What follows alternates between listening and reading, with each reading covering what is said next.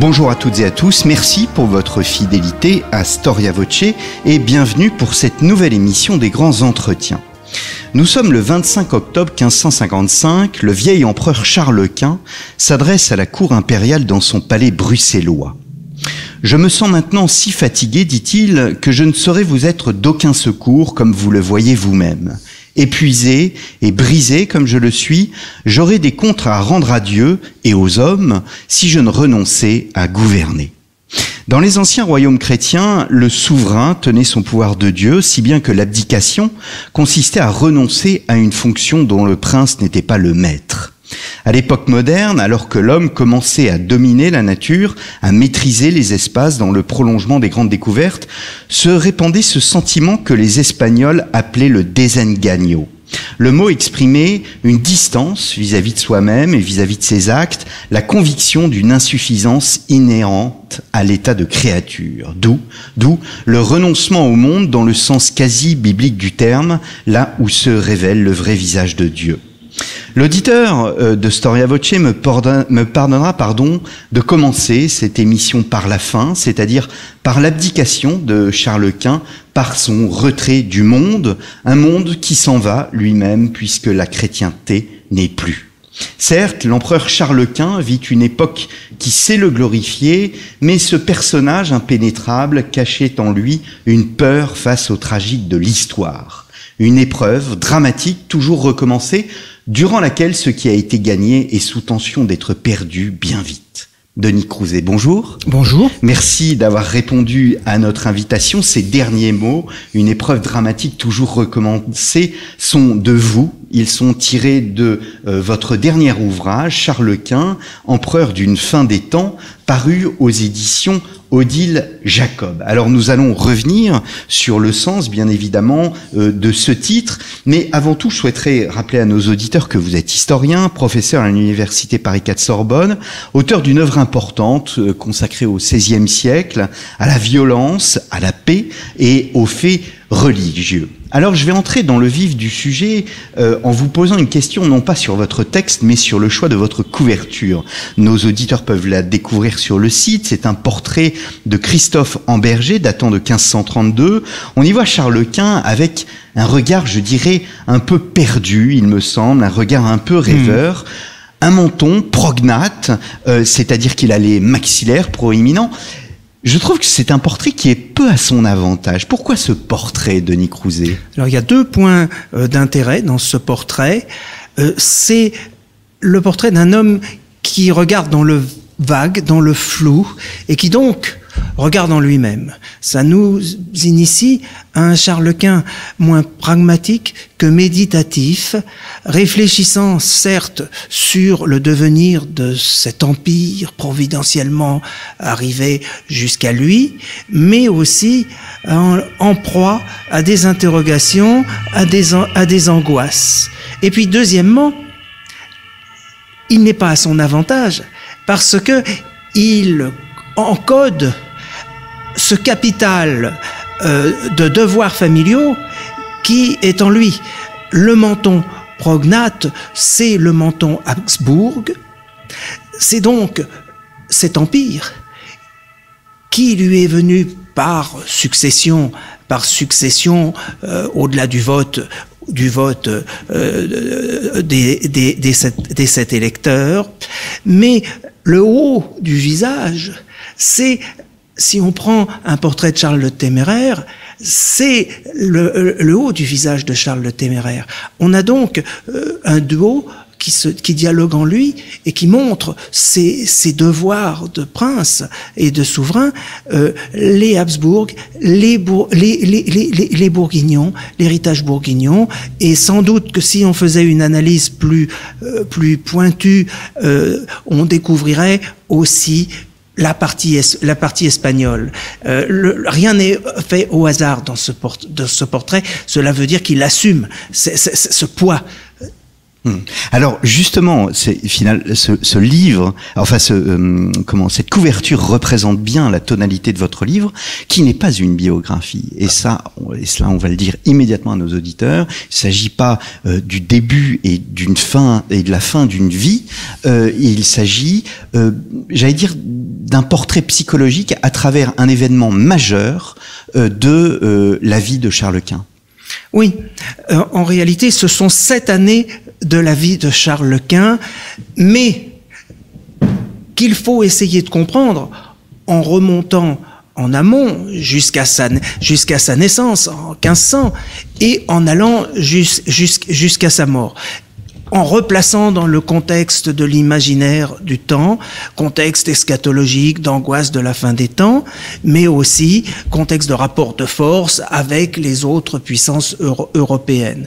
Et dans ce cadre, j'ai eu l'attention attirée par une série de micro-détails qui n'intéressent pas normalement les historiens. Premier micro-détail, je l'ai découvert alors que j'étais à 6 mois de terminer la rédaction. Un ambassadeur vénitien venu à Madrid constate et note pour la seigneurie que Charles Quint a peur des araignées, que quand il voit une araignée, il se met à trembler, qu'il est tétanisé, et que pendant quelques minutes, il reste comme cela avant de reprendre l'état conscient. Et l'ambassadeur note que c'est un peu cette attitude qu'il a lorsqu'il doit prendre de grandes décisions. Il y a tout un moment face à la tension de prendre cette décision qui le laisse hors du temps, en quelque sorte tétanisé. Et cela explique pourquoi très souvent ses contemporains se plaignent qu'il ne décide de rien. La décision est un immense effort de transgression pour lui. Il préfère laisser faire les choses. Ses capitaines s'en plaignent. Ils ne reçoivent pas de notification. Le sac de Rome par le connétable de Bourbon en 1527. Bourbon avance dans le brouillard. Ce qu'il porte à aller en avant, ce sont les lansquenets allemands qui ont besoin d'être soldés et qui veulent de l'argent et qui vont l'emmener jusqu'à Rome. Mais il n'a aucune consigne directe de l'empereur.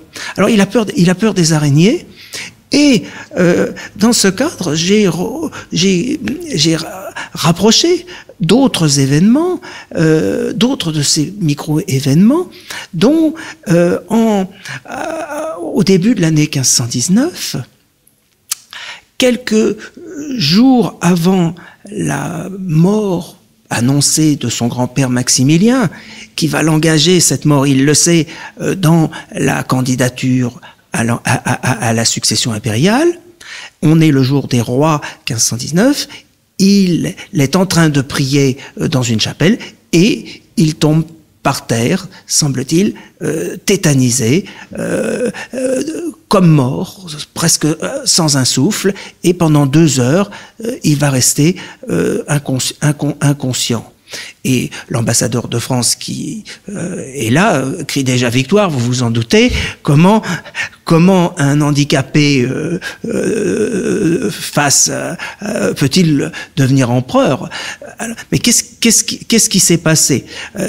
Alors j'ai corrélé cette absence d'être, ces 2 heures extrêmement angoissantes pour son entourage, non pas à une maladie psychosomatique, mais à une angoisse face à ce destin providentiellement sien qui doit l'emmener à une autorité qui n'a jamais été aussi ample que depuis Charlemagne, le devenir d'être empereur et d'un empire qui doit devenir universel par son fait, une angoisse d'assumer cette charge. Cet homme a peur du pouvoir. Charles Quint a peur de l'autorité, a peur du pouvoir. Toute sa vie est une vie contrainte à exercer cette autorité. Et on le sait, par exemple, dans les années 1530, il aurait souhaité se retirer avec l'impératrice parce que il y avait une sorte d'insupportabilité de l'autorité, d'un angoissé. Son abdication, finalement, n'est pas un hasard. Non, ouais. L'abdication, c'est ce qu'il attendait jusqu'au bout et qu'il réalise dans un contexte qui est celui de l'épuisement. Il le dit, les témoins racontent que il faut qu'il soit tenu par des aides pour marcher. La goutte est une douleur immense de tous les moments pour l'empereur. L'abdication, c'est la réalisation du désir aussi.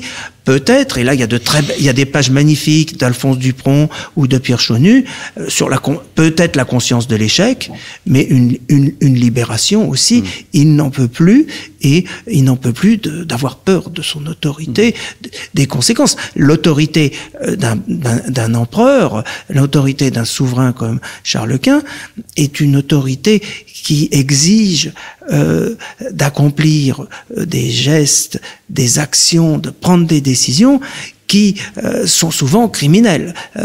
Faire des guerres qui vont dévaster dévaster l'Europe, alors qu'il est un prince qui a pris ses savoirs dans Erasme et dans le fait que le bon prince ne doit pas faire la guerre parce que la guerre, et qui est-ce qui paye la guerre, ce sont les sujets. Et cet homme est bourrelé de ce que le pouvoir risque d'être en contradiction avec sa foi, qui est la foi en un Dieu d'amour. Voyez. Au-delà du pouvoir et des décisions qu'il entraîne, que représente peut-être, pour nos auditeurs, donner le contexte, que représente cet empire, que représente l'empire de Charles Quint à son avènement? Donc, c'est une agrégation progressive de territoires qui viennent à lui par succession. Il est d'abord duc de Bourgogne, c'est-à-dire que ce sont les Pays-Bas qui lui reviennent après la mort de son père Philippe le Beau. Il est ensuite, et les Pays-Bas et la Franche-Comté, excusez-moi. Ensuite, il y a les royaumes d'Espagne, dont la Castille, dont il est souverain, co-souverain avec sa mère, mais Juana étant considérée comme folle, ne joue aucun rôle. Il y a l'Aragon, la Navarre, et les royaumes méditerranéens, la Sardaigne, la Sicile, le royaume de Naples, plus des positions sur le littoral africain, auxquels vont se rajouter le Saint-Empire, après le succès de la candidature impériale, et l'héritage Habsbourg, c'est-à-dire l'équivalent d'une partie de l'Autriche actuelle, plus la Lombardie, le Milanais, à partir de 1535-1536. Donc c'est un territoire surdimensionné, les nouveaux mondes aussi.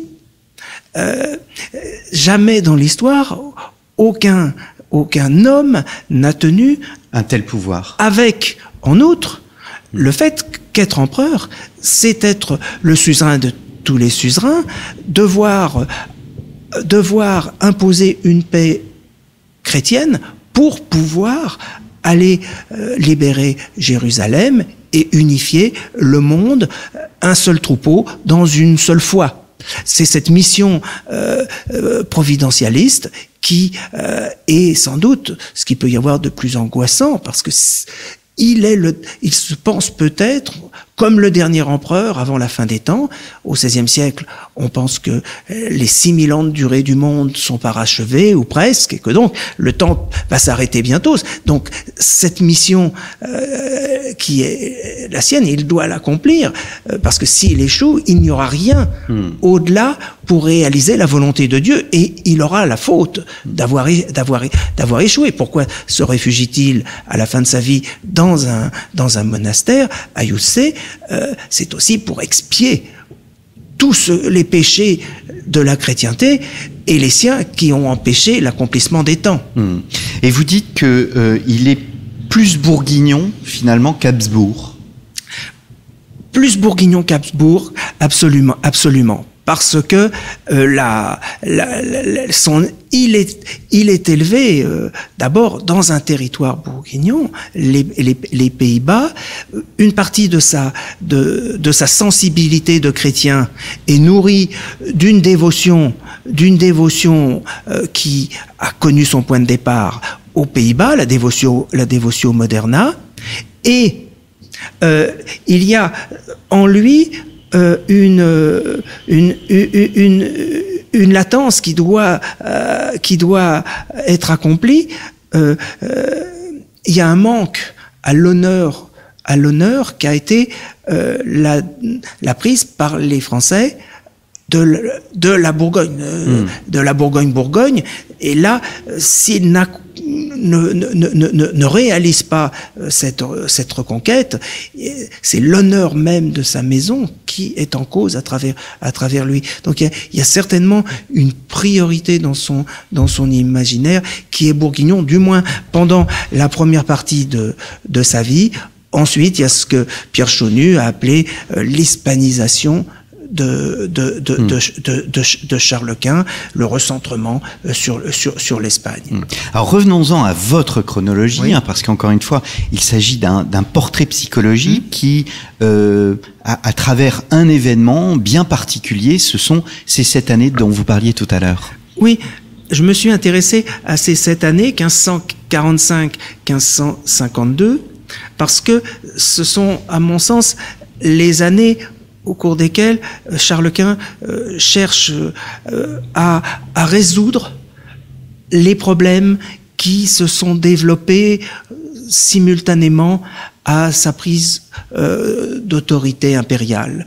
Et le premier des problèmes, le second étant la monarchie française, le premier des problèmes, c'est l'émergence et le développement spectaculaire du protestantisme, du protestantisme luthérien, de ce qui est pour lui une atroce hérésie. Il le dit et il le répète. Et cette foi luthérienne a connu un tel emballement dès 1517-1518 dans le Saint-Empire que rien n'a pu l'empêcher. La diète de Worms, Luther s'y présente, mais c'est un dialogue de sourds. Il refuse devant l'empereur de revenir de se rétracter, et rien n'empêche. Si l'on prend la date pivot de 1529-1530, ce sont près des 2/3 du Saint-Empire qui sont luthéranisés contre la volonté d'un empereur attaché à la foi catholique. Et l'histoire qui commence en 1545 est une tentative de Charles Quint pour réduire ce point noir dans son histoire. Lui qui devait unifier le monde, les terres qui sont sous son autorité, une partie des terres qui sont sous son autorité, se sont désunifiées religieusement. Donc c'est la fin d'une chrétienté, mais alors il y a un chapitre très important et que j'ai beaucoup apprécié au cœur d'un siglo inquieto. Il y a, et vous l'évoquiez à l'instant, une tentative avant la guerre, il y a des tentatives de ce qu'on appellerait une forme de dialogue, non pas interreligieux, mais au sein de cet univers il y a chrétien. toute une série de colloques qui sont tenus sous l'autorité de Charles Quint ou à sa demande, dans lequel se rencontrent des théologiens luthériens, disons, modérés, et des théologiens érasmiens, donc restés dans la religion, comme disent les luthériens papistes, dont certains passent très près d'un accord, mais qui échouent. Et cette aventure de Charles Quint pour réduire dans le dialogue les écarts confessionnels, ayant échoué à partir d'un certain moment, parce qu'il est en situation de force, parce qu'il y a une trêve conclue avec le Turc, dont il faut rappeler qu'en 1529, il est allé jusque sous les murs de Vienne et qui constituait une menace, parce que il y a aussi une trêve conclue avec la France. Face à ce blocage, la solution de Charles Quint est certainement de passer à l'offensive militaire. Il y a eu une première petite expérimentation dans le duché de Clèves et de Juliers, qui s'était luthéranisé. Une expédition militaire l'emporte sans aucun problème, et le duc, perdant une partie de ses terres, se recatholicise de force son duché. La certitude finalement qu'à partir de ce laboratoire, peut-être il est possible militairement de réduire cette division religieuse qu'il ne peut pas comprendre, parce que pour lui, il n'y a qu'une seule foi, et cette foi, c'est la foi de ses ancêtres bourguignons, Habsbourg, espagnols. Certains historiens disent qu'il était, disons, obsédé par sa foi, qu'il avait des œillères, mais s'il est aussi attaché, c'est parce que son sang, c'est celui de ses ancêtres, il est le même que ses ancêtres, et pour que honneur soit rendu à ses ancêtres, il faut qu'il maintienne la même foi qu'eux, et se maintiennent dans cette même foi. C'est un devoir, en quelque sorte, de sang. S'il se sépare de cette foi, il n'est plus lui-même. Et il n'a plus les vertus de ses ancêtres. Il n'a plus les vertus de ses ancêtres. Oui, il ne faut pas créer un anachronisme, finalement. Voilà. Exactement. Il faut pas faire d'anachronisme. Exactement, vous avez employé le bon terme. Le risque pour l'historien, c'est l'anachronisme. C'est l'anachronisme de croire qu'il était absolument obtus. Non, obtus. Il faut se replacer dans le contexte de l'époque, et cette notion de génération, pour ces hommes, était extrêmement importante. Je reviens quand même sur le débat intellectuel. Il y a un personnage qui est très important à l'époque, c'est Érasme, et vous dites qu'Érasme joue comme une sorte d'antidote à l'angoisse de Charles Quint. Alors, Érasme a dédié à Charles Quint son institution du prince chrétien, dans laquelle il met la barre très haut pour authentifier les vertus que le bon gouvernant doit avoir. Mais aussi, il est le théologien de la conciliation, le théologien disons, de la secondarisation des dogmes au profit de la foi. Ce qui compte, ce n'est pas de débattre sur des objets dont Dieu seul a la connaissance. Ce qui compte, c'est de vivre dans une foi qui rapproche chacun du Christ et de ses souffrances. C'est la Philosophia Christi d'Érasme.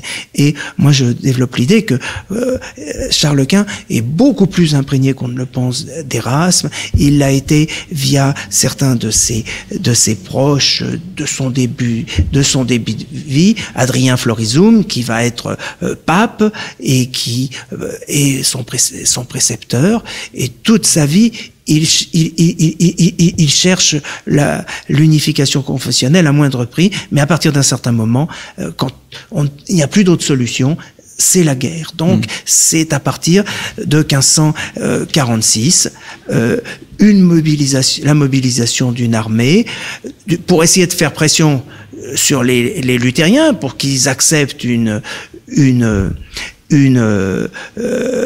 un principe de conciliation confessionnelle. Comme ça ne vient pas, comme les luthériens se mobilisent eux-mêmes, il y a une guerre qui est engagée avec le soutien militaire du pape, qui envoie un contingent avec un début d'opération qui est très difficile dans la vallée du Danube parce que l'armée des princes confédérés de la Ligue de Smalcald, conduite par Philippe de Hesse et par Jean-Frédéric de Saxe, est en supériorité numérique. 70 000 hommes contre 40 000 hommes, jusqu'à ce que arrive un contingent venu des Pays-Bas qui pourra égaliser un peu les rapports de force. Et c'est une sorte de pari que Charles Quint a fait, lui qui n'est pas un authentique chef de guerre, de prendre en main le devenir de l'histoire du Saint-Empire. Et donc, alors, un des événements les plus spectaculaires, c'est quand les deux armées près de Ratisbonne sont au contact, il enterre son armée. Et pendant 8-9 jours, c'est un bombardement d'artillerie de la part des confédérés luthériens auquel il faut résister. Et au terme duquel, finalement, il s'en sort parce que le contingent expéditionnaire de secours arrive, mais il a été vraiment à deux doigts d'être battu là à cette occasion. Et ensuite, alors, c'est au contraire une sorte de retournement de l'histoire avec l'hiver et une remontée vers la Saxe, les forces luthériennes étant divisées, et au bord de l'Elbe, à Mühlberg, une succession d'escarmouches lui permet de mettre en déroute l'armée de Jean-Frédéric de Saxe, de s'emparer de ce dernier et de détruire tout le dispositif défensif des princes luthériens, ce qui fait que cette Allemagne aux 2/3 luthéranisée, de princes, de villes libres, se retrouve sans défense. Le deuxième grand chef, Philippe de Hesse, doit se rendre. Donc une victoire qui renforce le providentialisme parce que c'est parti de très bas et monté très haut. Il ne peut y avoir que Dieu qui ait guidé la geste de l'empereur. Les princes et les magistrats urbains, l'un après l'autre, viennent devant Charles Quint, qui se déplace, réaliser un rituel qu'on appelle Aufgnade ou Ugnade, c'est-à-dire s'agenouiller, demander pardon en exprimant les fautes qu'ils ont commises et verser chacun des subsides de compensation pour se faire pardonner leur révolte. Tout semble être résolu militairement. C'est-à-dire que c'est par cet objet, la guerre dont il avait peur, qu'il considérait comme un mal, qu'il semble avoir guéri le Saint-Empire de cette hérésie, entre guillemets, bien entendu. Mais cette guérison n'a pas lieu, finalement, parce que le protestantisme perdure. Retour après la victoire à la solution érasmienne. C'est simultanément avec le Concile de Trente, mais le pape est très peu réceptif à cette position de force de Charles Quint, parce qu'il a peur que précisément celui-ci en revienne à un accord sur certains dogmes et sur certaines pratiques religieuses. Charles Quint fait le choix de ce que l'on appelle l'intérim d'Augsbourg. Devant la diète d'Augsbourg, il annonce une série de concessions aux luthériens, la communion sous les deux espèces, les sécularisations d'édifices religieux qui ne seront pas remises en cause, etc. Et cette diète qui est composée en partie de luthériens ne peut qu'accepter cette recatholicisation. théorique qui va s'accompagner d'une épuration. Sont 700 ministres du culte luthérien qui sont soit emprisonnés, soit exilés, soit bannis. Les églises sont reconsacrées à la nouvelle foi partout. Alors c'est la victoire paraît accomplie, puisque il n'y a même pas eu besoin de ce que le concile fasse se rencontrer des théologiens luthériens et des théologiens catholiques, des prélats catholiques, parce que finalement par cette voie d'abord militaire, puis ensuite d'une décision unilatérale presque, il y a eu des théologiens qui ont conçu ce texte, l'intérim d'Augsbourg, tout semble revenu avant 1517. Dans l'ordre d'avant, en fait. Est-ce qu'il y a une forme de principe réactionnaire dans la volonté de Charles Quint? Pour un homme du XVIe siècle, toute action doit prendre en compte le fait que le temps use et corrompt les hommes, les choses, les situations. Il faut réformer. Mais réformer, c'est en revenir à un état d'origine qui est idéal. Idéal. Ouais. Et alors, je vous dis, il semble avoir réussi parce qu'on a quelques témoignages de voyageurs dans le Saint-Empire, qui disent que certes, il n'y a plus de culte luthérien, que les églises sont... mais qu'il n'y a personne dans les églises. Donc peut-être qu'il y a eu une grande illusion sur laquelle finalement escomptait Charles Quint, que cette illusion se dissipe avec les temps et que les gens en reviennent à une piété traditionnelle. Il peut imaginer avoir réussi, même la papauté se déchaîne contre cet intérim qui, disons, a aussi pour certains princes Charles Quint laisse certains princes en réalité sur leur terre, sur leur territoire, conserver un culte luthérien attiédi, si vous voulez. Mais c'est pour ça que mon livre s'appelle Charles Quint, empereur de la fin des temps. Je joue sur le fait que on est dans une période qui pensait que la fin des temps était imminente, qu'elle allait se réaliser. Mais je joue aussi sur le fait que la fin des temps, c'était la fin des temps troublés. Il s'imaginait avoir, malgré son mal physique, ses maladies, la jaunisse, la goutte, les crises d'épilepsie les crises d'épilepsie, il s'imaginait peut-être avoir au moins fait ce que Dieu au minimum lui demandait, reconstruit une chrétienté unie dans le Saint-Empire. Alors, vous allez me dire, qu'est-ce qui se passe? Je pense, pourquoi on le retrouve en 1555 à Bruxelles, reconnaissant ses incapacités, reconnaissant son impuissance à gouverner. Je pense, et c'est une hypothèse que je fais, et dont finalement je suis assez content. Je suis normalement pas toujours inquiet sur ce que je dis, mais il a eu l'appui dans sa guerre contre les princes luthériens de la Ligue de Smalkalde d'un prince luthérien, Maurice de Saxe, qui était en rupture avec son cousin Jean-Frédéric de Saxe, qui était duc de Saxe. Avec la victoire, il opère un changement dynastique. Charles Quint donne la Saxe à Maurice de Saxe.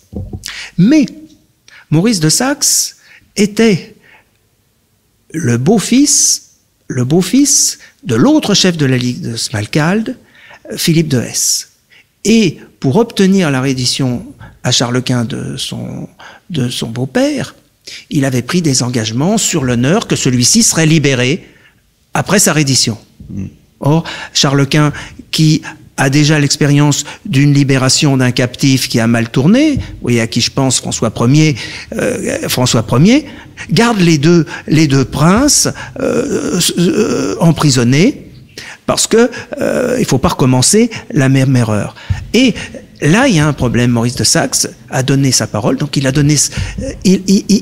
s'est engagé sur l'honneur, il est en déficit d'honneur, et même s'il sert en 1550, en 1551, encore, en 1549 et 1550, encore Charles Quint, il y a une sorte de devoir pour lui, de restaurer sa parole, et de faire libérer son bon père. D'où la constitution d'une ligue de princes protestants contre Charles Quint, soutenu par la France.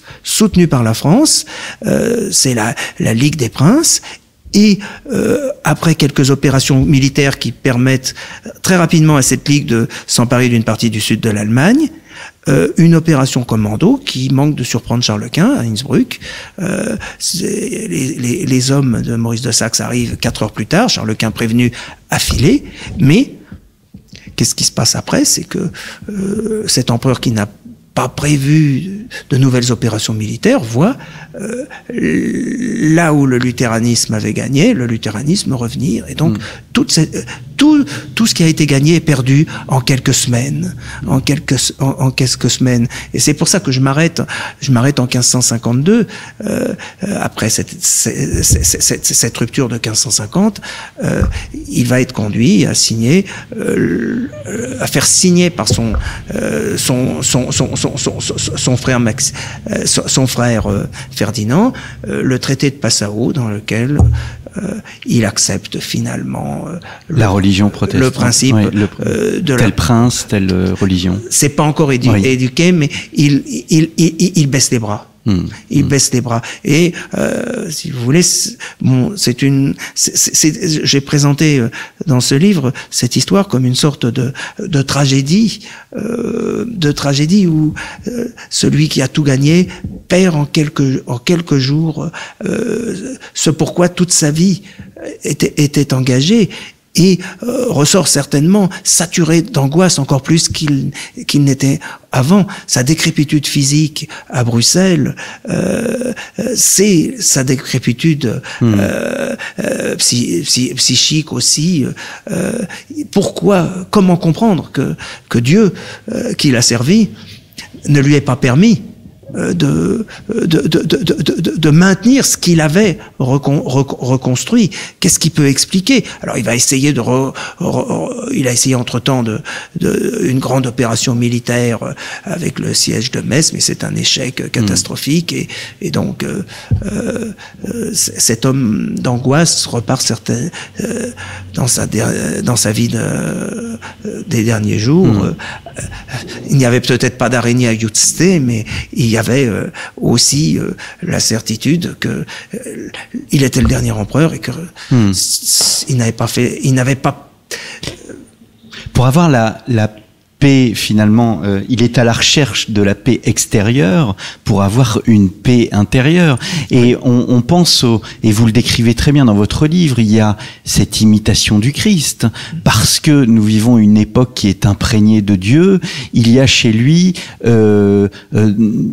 l'adoption non pas d'un Christ triomphant, d'un Christ pantocrator, tel qu'on peut le voir dans le monde oriental. Non, là c'est le Christ souffrant, et lui-même est souffrant. Voilà, et quand pour sa mort, il fait déposer sur sa poitrine le crucifix de l'impératrice, morte bien plus tôt, comme si il y avait une volonté de fixer à l'extérieur ce qui était en lui, cette imitatio Christi, de la dévotion moderna, renforcée par un certain dolorisme mystique espagnol auquel il a été initié, vous voyez. Il se sent responsable de l'unité brisée. C'est l'hypothèse que Pierre Chaunu développe dans son grand livre sur Charles Quint. moi, je ne sais pas. Je ne sais pas parce que il y a aussi chez lui certainement la certitude de ce qu'il a tout fait pour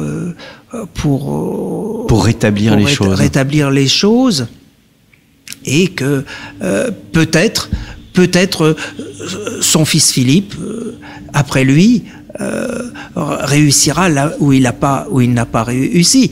Et si l'on reprend la vie de Philippe II, c'est peut-être une sorte de course désespérée derrière son père, vous voyez.